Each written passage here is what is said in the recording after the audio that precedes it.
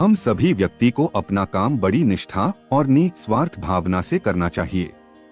गीता में भी भगवान श्री कृष्ण ने कहा है कि कर्म करो, लेकिन फल की चिंता मत करो, क्योंकि कर्म करना ही व्यक्ति के अधिकार में है, उसका फल नहीं। कई बार हम परिस्थितियों के कारण या फिर भावनाओं में बहकर कुछ ऐसे फैसले कर देते हैं जिससे हमारा कर्म प्रभावित होता है। एक बार भगवान शंकर पृथ्वीवासियों पर कुपित हो गए और माता पार्वती को साक्षी मानकर संकल्प किया कि जब तक पृथ्वीवासी नहीं सुधरेंगे तब तक वे शंख नहीं बजाएंगे। देव जानते थे कि शंकर भगवान शंख बजाएंगे तभी बरसात होगी। इससे घोर अकाल पड़ गया, पानी की एक बूंद तक नहीं बरसी, धरती पर त्राहिमाम मच गया। ऐसे में एक दिन भगवान शंकर पार्वती आकाश में विचरण कर रहे थे तो उन्होंने एक अजीब दृश्य देखा कि एक किसान भरी दोपहरी में चिलचिलाती धूप में खेत की जुताई कर रहा है। पसीने में नहाया मगर अपनी धुन में बहुत मगन, जमीन पत्थर की तरह सख्त हो गई थी, फिर भी वह जी जोड़ मेहनत कर रहा था।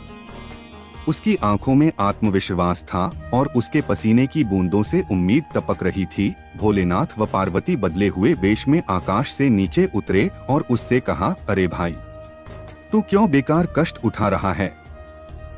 सूखी बंजर धरती में केवल पसीने बहाने से ही खेती नहीं होती। किसान ने हल चलाते चलाते ही जवाब दिया, हाँ बिल्कुल ठीक कह रहे हैं श्रीमान, मगर हल चलने का गुण भूल न जाऊं, इसलिए मैं हर साल पूरी लगन के साथ जुताई करता हूं। जुताई करना भूल गया तो केवल वर्षा से खेती हो सकेगी क्या?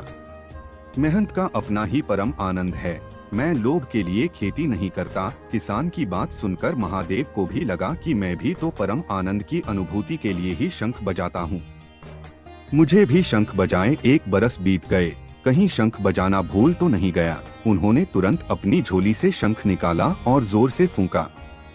चारों ओर बादल की घटाएं घुमड़ पड़ी, बिजली चमकने लगी और जोरदार बारिश होने लगी। इस वर्षा के स्वागत में किसान के पसीने की बूंदें पहले ही खेत में गिरकर चमक रही थीं।